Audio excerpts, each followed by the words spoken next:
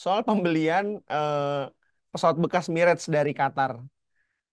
Dan menurut Ganjar itu perencanaan eh, alokasi anggaran segala macam itu top down Hmm. gitu. Jadi tidak berdasarkan bottom up gitu. Sehingga prajurit di bawah hanya menerima saja.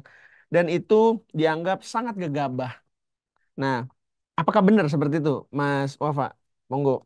Buat saya ada indikasinya mungkin kalau dari pengamat mungkin ada. Ya. Karena memang yang saya dengar apa ya perencanaannya kita kurang tahu pertama ya karena Hmm. kurang kurang transparan dalam Transparan. mungkin sudah dibahas tadi bahwa kita nggak pernah publis belum pernah Hmm. publis lagi sejak Hmm. 2015 buku putih kan. Ya. Jadi sebetulnya yang kita miliki, yang pilot-pilot itu miliki sama kita nggak tahu gitu loh. Kita Oke. sama-sama nggak tahu pembeliannya berdasarkan visi seperti apa gitu Iya. loh. Pembeliannya berdasarkan kesadaran akan ancaman yang mana Iya. ya kan? Prabowo bilang tadi sambil menunggu kurang lebih ya, sambil Hmm. menunggu setelah 3 tahun, tiga Hmm. tahun baru dapat, 7 tahun Hmm. kemudian baru operasional sambil Iya. menunggu ya kan? Kalau yang baru sambil menunggu, nah tapi kenapa yang ini bukan yang lain misalnya? Hmm. Dan kapasitas dan kapabilitas militer kan bukan cuma pesawat Iya. ya kan? Ya.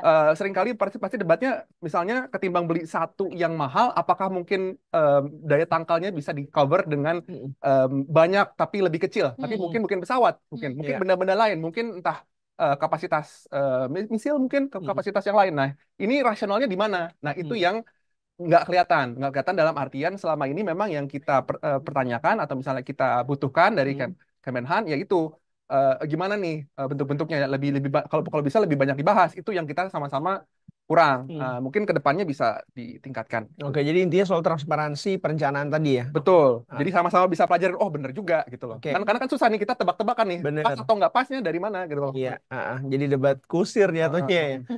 Mas Wafa tadi juga Pak Prabowo itu menyampaikan alasan pembelian Emirates. Sebenarnya ini dari beberapa kali diungkap ya, Fit ya, Hmm. bahwa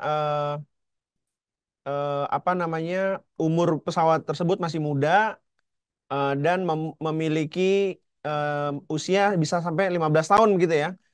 Dan kerjanya cukup ringan gitu di Qatar. Dan itu sebenarnya bisa menutupi kekurangan ruang pertahanan udara kita sampai 7 tahun sampai kita membeli yang baru. Hmm. Nah, argumentasi ini apakah relevan atau argumentatif gitu?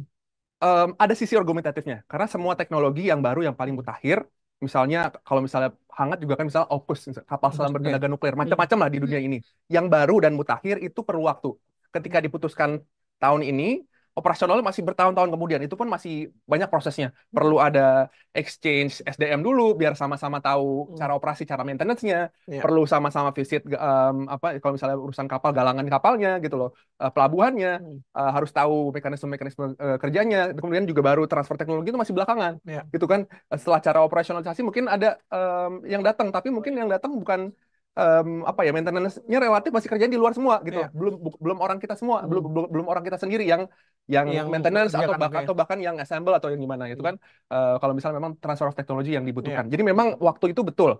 Waktu itu secara Hmm. operasional memang itu betul dan Hmm. tentu Pak Prabowo yang paling tahu karena beliau yang menghadapinya. Mengurus itu ya. Betul. Tapi masalahnya adalah oke, selain dari itu, penjelasannya apa? Yang tadi saya bilang, kenapa yang ini, kenapa nggak yang Hmm. lain? Itu penjelasannya kita nggak terlalu tahu, gitu Hmm. loh.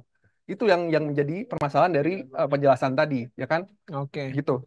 Oke, Oke. Mas tadi disinggung juga soal meningkatkan anggaran pertahanan gitu. Nah, Pak Anies nih salah satunya bilang harus memperbesar GDP gitu. Katanya utang negara harus dipakai untuk hal-hal produktif aja. Tadi disinggung juga soal alutsista bekas dan sebagainya. Hmm. Nah, katanya Pak Anies juga harus pajak harus diperluas dan menghilangkan praktik koruptif gitu, Mas. Nah, apakah argumennya Pak Anies ini memang solutif untuk memperbesar anggaran pertahanan, Mas?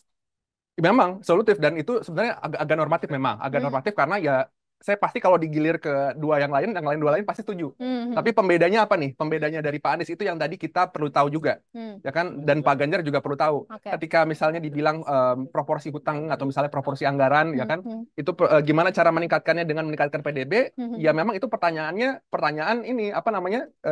Bagaimana meningkatkan pemasukan negara? Oke. Salah satu yang paling jelas ya saat tadi misalnya apa ya cara cara negara menarik pajak misalnya itu kan Hmm. diperluas ada misalnya banyak Ya. dari kita yang belum terlalu bagus lapor pajaknya dan segala macam Oke. itu salah satunya tapi itu cukup normatif buat saya Ya. dan kurang bisa menjelaskan satu misalnya terkait bagaimana proporsinya bisa ditambah, itu harusnya perlu ada apa ya? Pekerjaan yang mendalam argumennya. Karena kalau ketika di debat di misalnya di Oke. DPR, bisa jadi orang-orang bilang belum tentu, misalnya 2% harus. Apakah Ya. itu sesuatu yang semua orang pahami? Itu Oke. harus diselesaikan dulu. Oke, Fit.